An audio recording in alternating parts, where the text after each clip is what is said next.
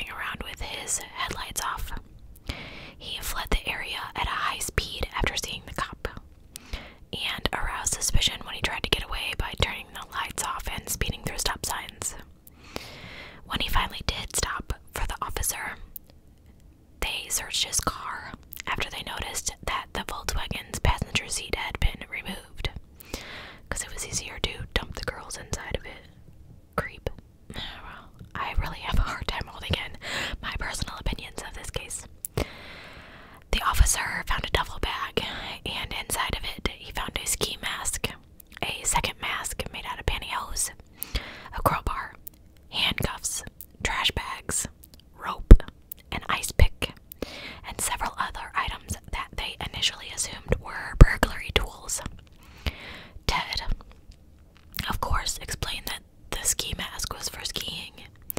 He found the handcuffs in a dumpster, and the rest were just common household items that he drove around with in his car. Right.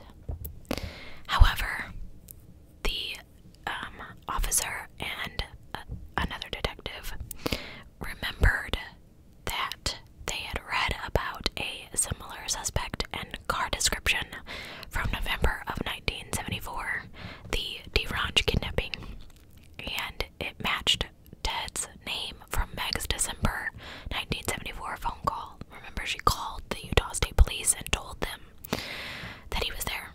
Utah. I don't know why Utah listened and Colorado didn't, but whatever. At this point, Ted was arrested on suspicion of burglary. They searched his apartment and found a guide to Colorado ski resorts with a check mark by the Wildwood Inn and a brochure that advertised the Viewmont High School play where Deborah Kent had disappeared. The police at this point did not have sufficient evidence to detain him, so he was released. He later said that the searchers missed a collection of Polaroid photographs of his victims, which he then decided to destroy after his release. Salt Lake City police placed Ted on 24-hour surveillance, which was smart, and Thompson flew to Seattle with 2 other detectives to interview Meg. She told them that in the year prior to his move, she had discovered objects which she could not understand in her house and in his apartment. Okay, yeah. These items included crutches, a bag of plaster of Paris that he admitted to stealing from a medical supply house, a meat cleaver, which was never used for cooking. No, it wasn't. Additional objects that included surgical gloves, a oriental knife that was found in a wooden case that he kept in his glove compartment, and a sack of women's clothing that did not belong to her. Ted was perpetually in debt. He never had money, and she suspected that he had stolen almost everything of significant value that he possessed. And at one point, she had confronted him over a new TV and stereo, and he told her, "If you tell anyone, I will break your effing neck." You guys know how I am about cussing. She said that he became very upset when she considered cutting her hair, which of course was long and parted in the middle, and that she would sometimes awaken in the middle of the night to find him under the covers with a flashlight looking at her body. The creep factor on this just shot up to 10. Like, well, we'll talk about it in a little bit, but I don't understand this lady. Ted kept a lug wrench in the trunk of her car, which was another Volkswagen Beetle, which he often borrowed, just in case he needed protection. He just kept the lug wrench there. Detectives confirmed that Ted had not been with Meg on any of the nights in which the Pacific Northwest victims had vanished, or on the day that Ott and Nosland were abducted. Shortly after, Meg was interviewed by the Seattle homicide detective Kathy McChesney, and Meg found out about Stephanie and her brief engagement to Ted around Christmas of 1973, which, if you're following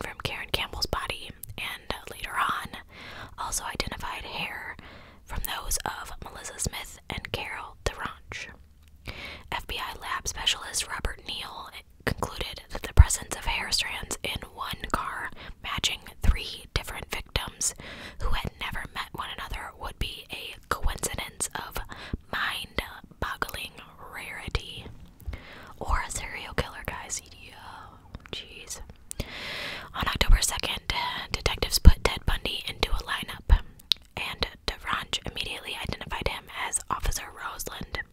Now remember, she was the survivor that he put her in his car and accidentally handcuffed the two different. He put both sides of the handcuffs on one arm, and she managed to get out of the car. And later on that night, he abducted, Deborah Kent. So they also had witnesses from the high school auditorium who also picked him out of that lineup. There was insufficient evidence to link him to Deborah Kent, who still has not been found, but more than enough to charge him with aggravated kidnapping and attempted criminal assault in the DeRanch case. He was freed on $15,000 bail that was paid by his parents. I can't even. $15,000 is a lot in 1976, and his parents, who he hasn't lived with in I don't even know how long, and doesn't have a good relationship with, but whatever. And he spent most of the time between indictment and trial in Seattle living with Meg. I don't understand. Oh. So, again, Seattle police had insufficient evidence to charge him with the Pacific Northwest murders, but kept him under close surveillance. When Ted and I stepped out on the porch to go somewhere, Meg said so many unmarked police cars started up, it sounded like the beginning of the Indy 500. I don't understand why she let him live with her. She wrote in her book that he admitted to trying to kill her at one point. I don't understand. It just doesn't make any sense to me. You suspect him, you call the police 3 times, you pretty much know that it's him, and you still pursue a relationship with him because that's what she's doing. Oh.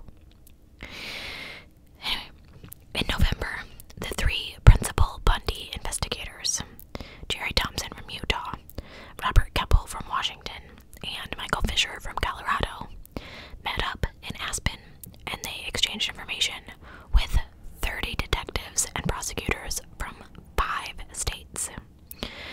And when officials left the meeting later, they named this the Aspen Summit. They were convinced that Ted was the murderer that they sought, and they agreed that more evidence, more hard evidence, would be needed before they could charge him, which is crazy. February 23rd, 1976, Ted went on trial for the DeRanch kidnapping. On the advice of his attorney, he waived his right to a jury due to the negative publicity that surrounded the case. And on March 1st, after a 4-day bench trial and a weekend of deliberation, the judge, Stuart Hansen Jr., found him guilty of kidnapping and assault. On June 30th, he was sentenced to serve a minimum of 1 year and a maximum of 15 years in Utah State Prison. Unbeknownst to Ted, during this time, police were investigating links between him and the Colorado murders. According to his credit card statements, he was in the area where several women vanished in early 1975. Duh. In October of 1976, now he's in prison. He was found hiding in the bushes in the prison yard with an escape kit, which included road maps, airline schedules, and a social security card. And then he spent several weeks in solitary confinement. Later on that month, Colorado authorities charged him with Karen Campbell's murder, and he was transferred to Aspen in January of 1977. Then in June, he was transferred to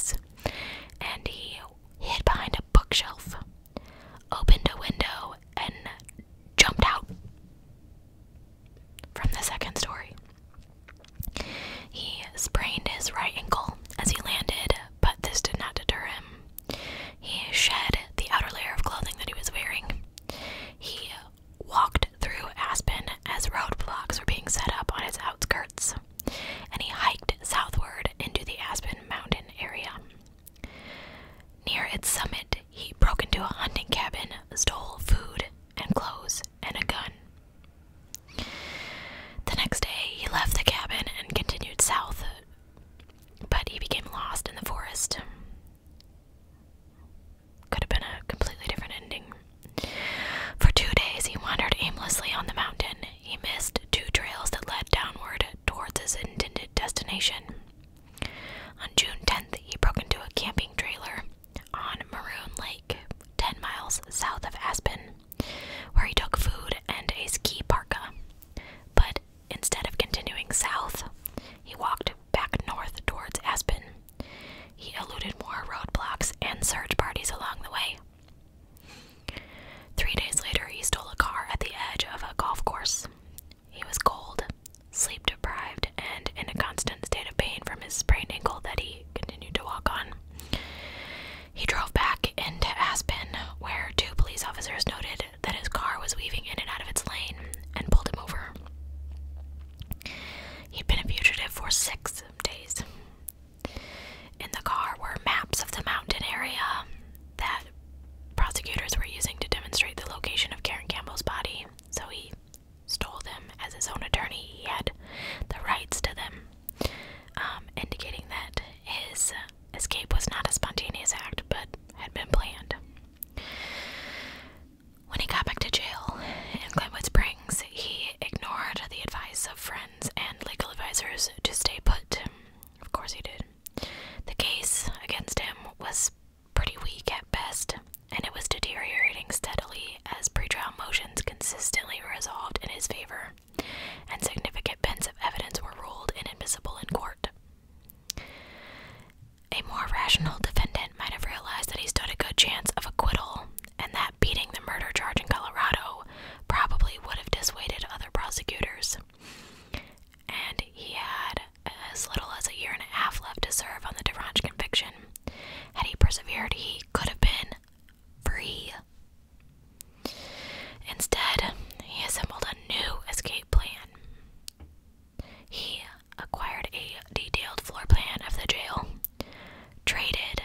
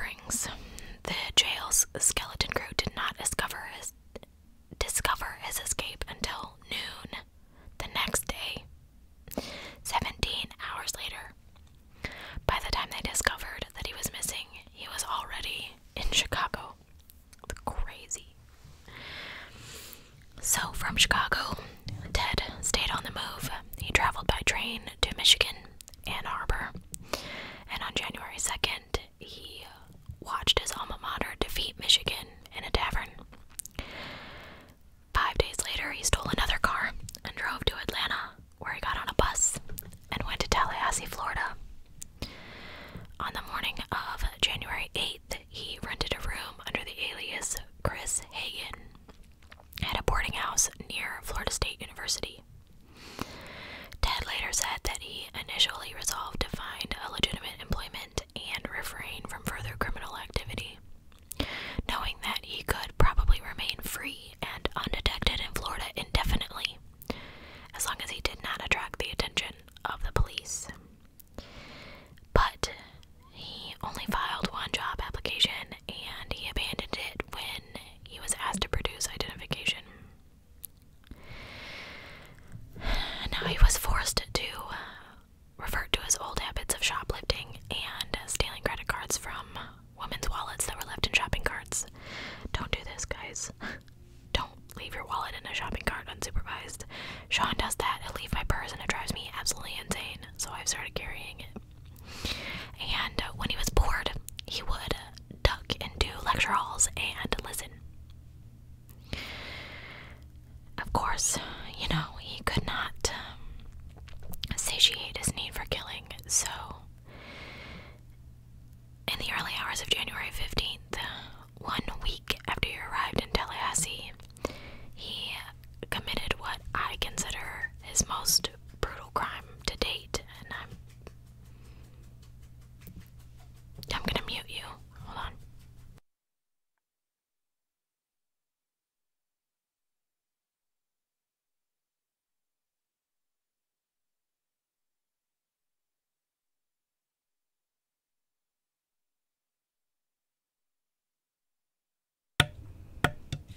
Sorry, what's her face over there was scratching.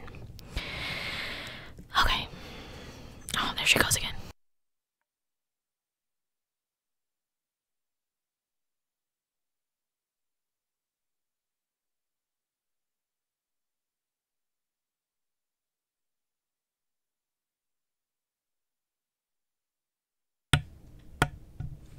Sorry.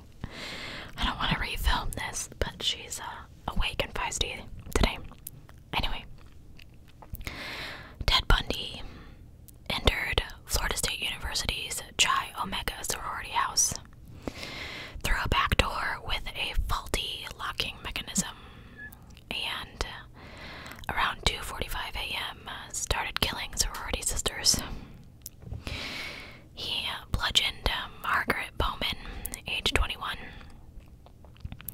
She was the daughter of a wealthy, prominent St. Petersburg family. That evening she'd gone on a blind date about 9:30, came home and was waiting in the rec room. She wanted to talk to her friends about her date. She talked to Melanie Nelson about it as in Melanie's dorm as Melanie changed into her pajamas. Margaret went to bed about 15 minutes before Ted came in. She was found lying on her stomach in bed with her skull shattered.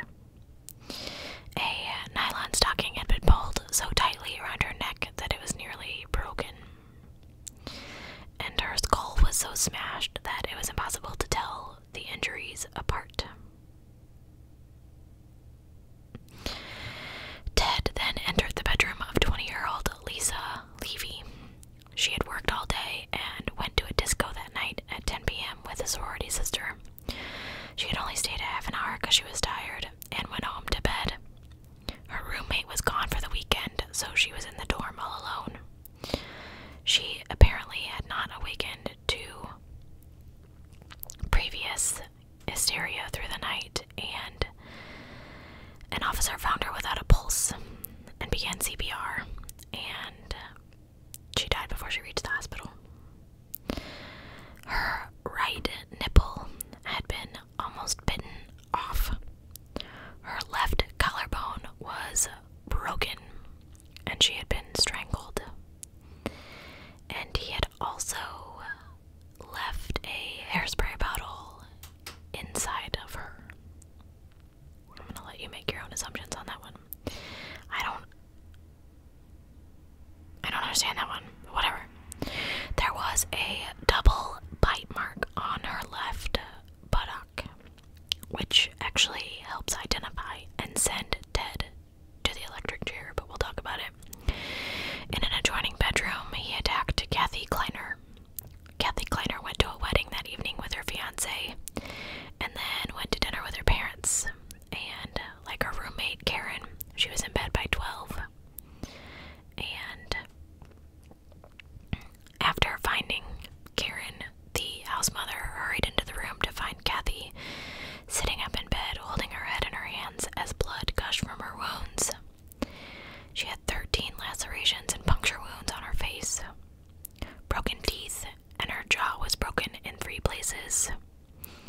and she had whiplash. Later, she would have to have a pin put in her jaw, and all of her teeth were permanently loosened. She called for her boyfriend and a pastor. She had no memory of the attack because she had been asleep. Now, her roommate, Karen, was also injured. Karen had gone home and cooked dinner for her family, and then returned before midnight to work on a sewing project. She went to bed a little after that, and the house had been quite deserted that evening. So, when several different sorority sisters returned, a chain of events happened that led them to realize an intruder had been among them. One girl saw Ted run from the building while another heard strange thumping sounds. They went to alert the house mother, and as they hurried down the hall, Karen staggered into the hall, blood streaming down her face, delirious. She had suffered broken jaw, teeth, skull fractures, cuts, and he had crushed one of her fingers. Kathy Kleiner, the roommate, she survived, and she could only describe seeing the silhouette of a man wielding a club. And she attributed her survival to the headlights of the car bringing Nita Neary back to the house, which lit up their bedroom. Ugh. Tallahassee detectives later determined that the 4 attacks took place in a total of less than 15 minutes, within earshot of more than 30 witnesses who heard nothing. After leaving the sorority house, Ted, obviously not satiated yet, broke into a basement of an apartment 8 blocks away and attacked FSU student Cheryl Thomas. Cheryl's a tall, slim girl with long dark hair and dark eyes. She was very pretty and rather shy. She was a dance student and she'd gone out. And after staying to have tea at her date's house, she returned home around 1:30. She then turned on the TV, made something to eat, and fed her new kitten. Her neighbors and friends who lived next door arrived home and shouted teasingly through the wall for her to turn down the TV. She turned out the light in the kitchen, waited for the kitten to follow her, and went to bed. Later, she woke up to a sound and decided it was the cat and went back to sleep. Her neighbor, Debbie, woke around 4 to a strange hammering sound. She slept on a mattress on the floor and felt the whole house vibrate from the thumps. She shook her roommate awake, and they listened in fear until there was silence. And then they heard Cheryl moaning and whimpering. They weren't sure if it was a bad dream or not, so Debbie snuck to the phone and called her boyfriend and asked what they should do. He told her it was probably nothing, but she felt like there was something terribly wrong. The girls had a security check that they made up a while before that, which is so smart. They were always to answer the phone no matter what time, and if they didn't, then something was wrong. They called Cheryl's room and it rang 5 times. Debbie's roommate said loudly, "Call the police, now." And as they were reaching for the phone, they heard a great crash from Cheryl's apartment, as if someone was running and crashing through the kitchen. Debbie and her roommate were shocked to see a dozen police cars at their house within 4 minutes of their call. They had no idea what had gone on at Chi Omega, and Cheryl was found lying diagonally across her bed, barely conscious and writhing in pain. Her face was turning purple. It was swollen, and she had several serious head wounds. She suffered the worst injuries on that night. Her skull was fractured in 5 places, which caused permanent hearing loss in her left ear. Her left shoulder was dislocated. Her jaw was broken, and her 8th cranial nerve was so damaged that she will never have normal equilibrium. She stayed in the hospital for a month, and if the girls had not shouted about calling the police, one can only guess what an uninterrupted Ted Bundy would have done to Cheryl Thomas. In her bed, police found a semen stain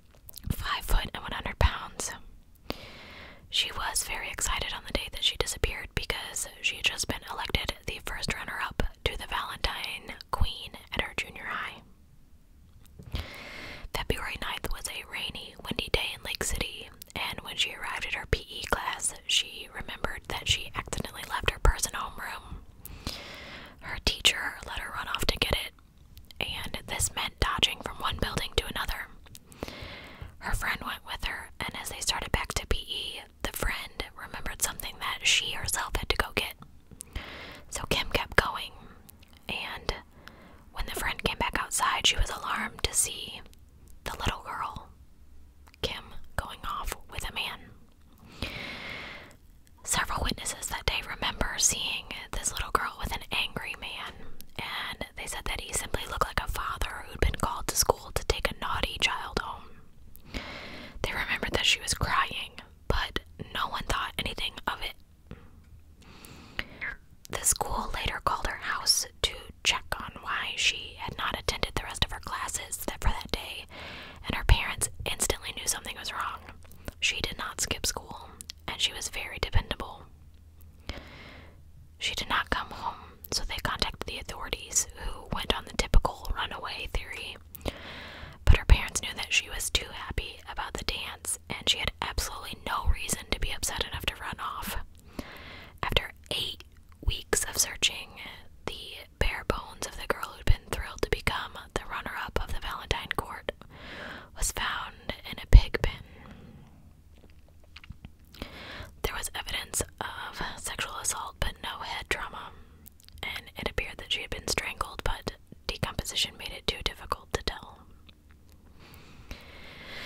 On February 12th, with insufficient cash to pay his overdue rent and growing suspicion that the police were closing in on him, Ted stole another car and fled Tallahassee.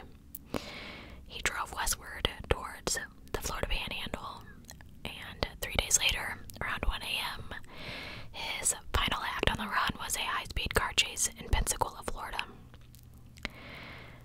He had 21 stolen credit cards and 3 IDs from women that he had killed. He was stopped by a police officer named David Lee near the Alabama state line after a wants and warrants check. So I don't know if they had like a road block going on. It showed that the car was stolen.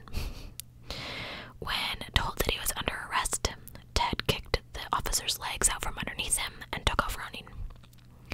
The officer fired a warning shot, followed by a second round, and chased Ted. He tackled him, and the two struggled over the gun before the officer finally subdued and arrested him. There was also a stolen TV in the car. I don't know why that's so far down in my notes. They also found a pair of dark rim non-prescription glasses and a pair of plaid slacks, which was later identified as the disguise worn by Richard Burden. Why did he give the girls at the lake his real name and then other girls at not his real name? I don't understand.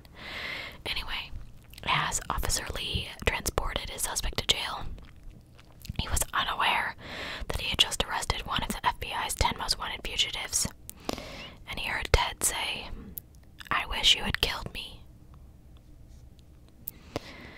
Back in jail, Ted had a change of venue. He was in Miami. He stood trial for the Chi Omega homicides and the assaults in June of 1979.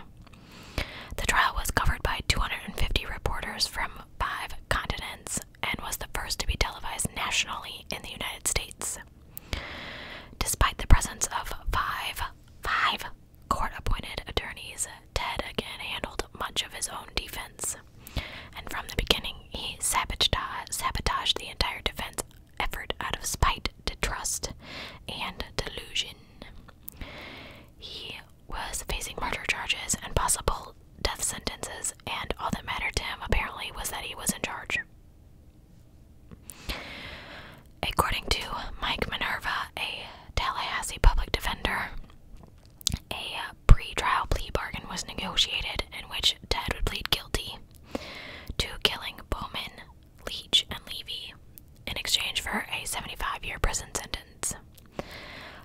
Prosecutors were very agreeable to the deal, and, probably because they had a good chance of losing. Ted, on the other hand, saw the deal as not only a means of avoiding the death penalty, but also a tactical move. He could enter his plea, then wait a few years for the evidence to disintegrate or get lost, for witnesses to die or move on or retract their statements.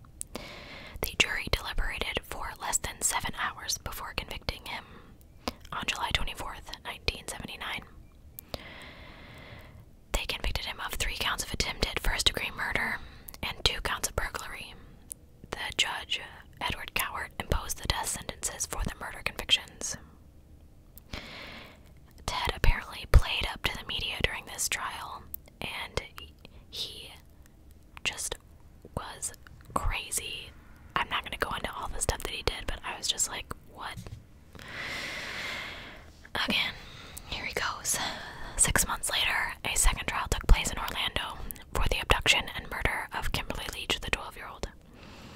This time, he allowed his attorneys to represent him. Maybe he figured he wasn't very good at it by this point because he wasn't winning.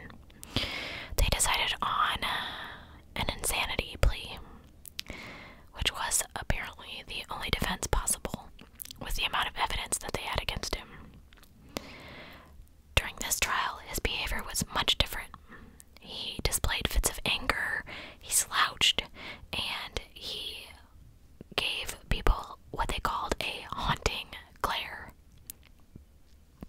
He was found guilty again, of course, and after less than 8 hours of deliberation, due mostly to the testimony of an eyewitness who saw him leading Kimberly from the schoolyard to his stolen van, important material evidence, which included clothing fibers with an unusual manufacturing error found in the van and on her body, which matched fibers from the jacket that Ted was wearing when he was arrested. So yeah, he was busted. He wasn't getting out of that one. Now, during the penalty phase of this trial, Ted took advantage of an obscure Florida law, which I don't even know how he knew about this, providing that a marriage declaration in court in the presence of a judge constituted a legal marriage. As he was questioning former Washington State DES worker Carol Ann Boone, which we've talked about many times, who had moved to Florida to be near Ted.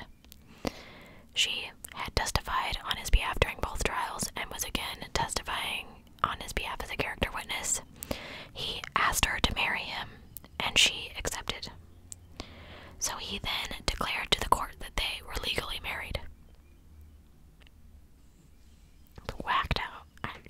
Whatever. Carol Ann Boone admitted in one biography that she and her future husband got along from the start. I liked Ted immediately. We hit it off well, she said. He struck me as being a rather shy person with a lot more going on under the surface than what was on the surface, and he was certainly more dignified and restrained than the more certifiable types around the office. If she doesn't consider him certifiable, then I don't know what is. On February 10th, 1980, Ted was sentenced for a third time to death by electrocution. As the sentence was announced, he reportedly stood trial and shouted, "Tell the jury they were wrong." This third death sentence would be the one that ultimately was carried out nearly 9 years later. In October of 1981, Carol Ann Boone gave birth to a daughter and named Ted as her father. While conjugal visits were not allowed at Rayford Prison, inmates were known to pool their money in order to bribe the guards to allow them intimate time alone with their female visitors. So, shortly after the conclusion of the Kimberly Leach trial and the beginning of a long appeals process, Ted initiated a series of interviews with Stephen McNaught and Hugh Ainsworth. He spoke mostly in the third person to avoid the stigma of confession. Everybody knows you did it, dude. He began for the first time to divulge details of his crimes and thought processes. He recounted his career as a thief. He confirmed Meg's longtime suspicion that he had shoplifted virtually everything of substance that he owned. The big payoff for me, he said, was actually possessing whatever it was that I had stolen. I really enjoyed having something that I wanted and had gone out and taken. Possession had proved to be an important motive for rape and murder as well. Sexual assault fulfilled his need to totally possess his victims. At first, he killed his victims as a matter of quickness and to eliminate the possibility of being caught, but later on, murder became part of the adventure. The ultimate possession was, in fact, the taking of a life, he said, and then the physical possession of the remains.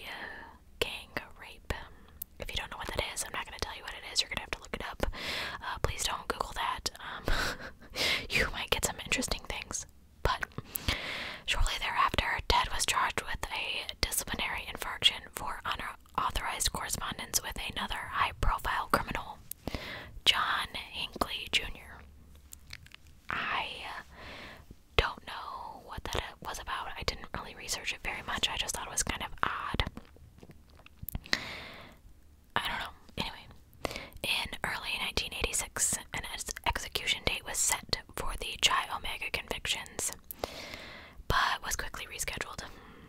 In April, shortly after the new date, July 2nd, was announced, Ted finally confessed to Hagemeyer and Nelson what they believed was the full range of everything that he had done, including details of what he did to some of his victims after their deaths. He told them that he revisited Taylor Mountain, which, they call it a cemetery, and other secondary crime scenes, often several times, to lie with his victims and perform sexual acts with their decomposing bodies until putrefaction forced him to stop. Ugh. Made me want to throw up. In some cases, he drove several hours each way and remained the entire night. In Utah, he applied makeup to Melissa Smith's face and repeatedly washed Laura Amy's hair. If you've got time, he told Hagemeyer, they can be anything you want them to be. He decapitated approximately 12 of his victims with a hacksaw and kept at least one group of severed heads. Probably the four that they later found on Taylor Mountain, which was Rancourt, Parks, Ball, and Healy, in his apartment for a brief period of time before disposing of them. Less than 15 hours before the scheduled July 2nd execution, they stayed it indefinitely and remanded the Chi Omega case for review on multiple technicalities, including his mental competency to stand trial. An erroneous instruction by the trial judge during the penalty phase required the jury to break a 6 out of 6 tie between life imprisonment and the death penalty, and it was ultimately never resolved, so a new date was set to carry out the sentencing, and they issued a stay on November 17th. There's so many dates, I'm sorry, but I want to make sure I tell you everything. Mid-1988, the 11th Circuit ruled against him, and in December, the Supreme Court denied a motion to review the ruling. Within hours of the final denial, a firm execution date of January 24th, 1989 was announced. His journey through appeals courts had been unusually rapid for a capital murder case. With all appeal avenues exhausted and no further motivation to deny his crimes, Ted agreed to speak frankly with investigators. He confessed that he had committed all 8 of the Washington and Oregon homicides for which he was the prime suspect. He described 3 additional, previously unknown victims in Washington and 2 in Oregon, which he declined to identify if he ever knew their identities. He said he left a 5th corpse on Taylor Mountain, Donna Manson, but incinerated her head in Meg's fireplace. Of all the things I did to Meg, he told Keppel, an interviewer, it's probably the one that she's most least likely to forgive me for. Oh no, let's not talk about the fact they tried to kill her. He described in detail his abduction of Georgianne Hawkins from the alleyway, how he had lured her to his car before rendering her unconscious with a crowbar they had earlier placed beside the car, before he handcuffed her and strangled her. He spent the entire night with her body and revisited her corpse on 3 occasions later. He also admitted for the first time that he returned to the alley in the morning after, and he located and gathered her earrings in one of her shoes, and departed unobserved. Now, this is the alleyway that they supposedly got down on their hands and knees and searched.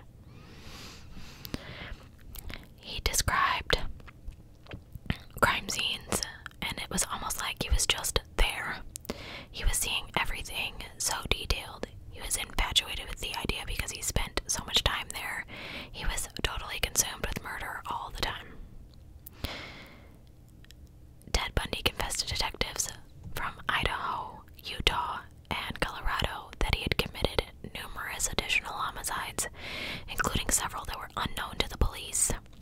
He explained that when he was in Utah, he could bring his victims back to his apartment where he could reenact scenarios depicted on the cover of detective magazines.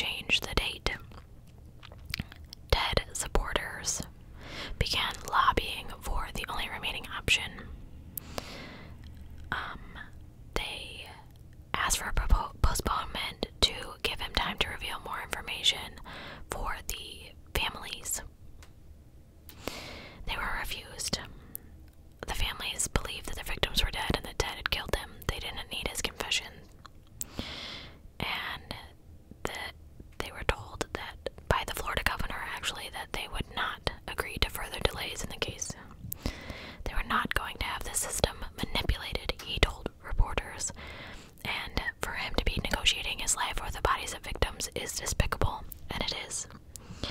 I get it. But, because he didn't want to die. If he did, he would have killed himself when he was on the run, but... Ugh. Carol Ann Boone had championed Ted Bundy's innocence throughout all of his trials, and she felt deeply betrayed by his admission that he was in fact guilty. At this point, she moved back to Washington with his daughter and refused to accept his phone call on the day that he was executed.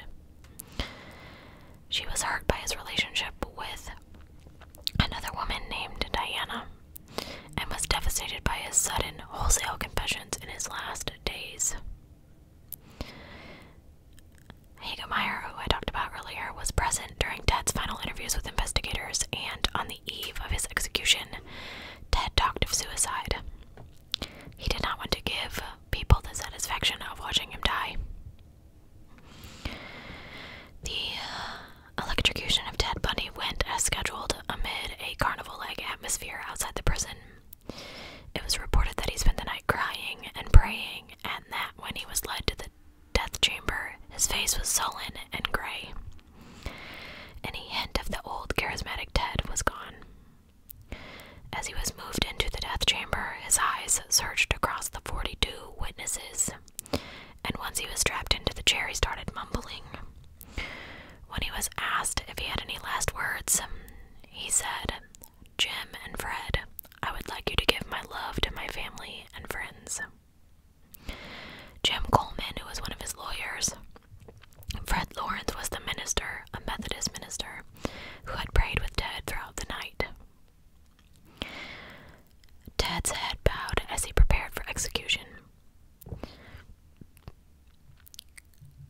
2,000 volts of electricity surged through his body, and his hands and body tightened up, and smoke could be seen coming from his right leg. Then the machine turned off, and his body was checked over by a doctor one last time. He died at 7:16 a.m. as crowds outside cheered.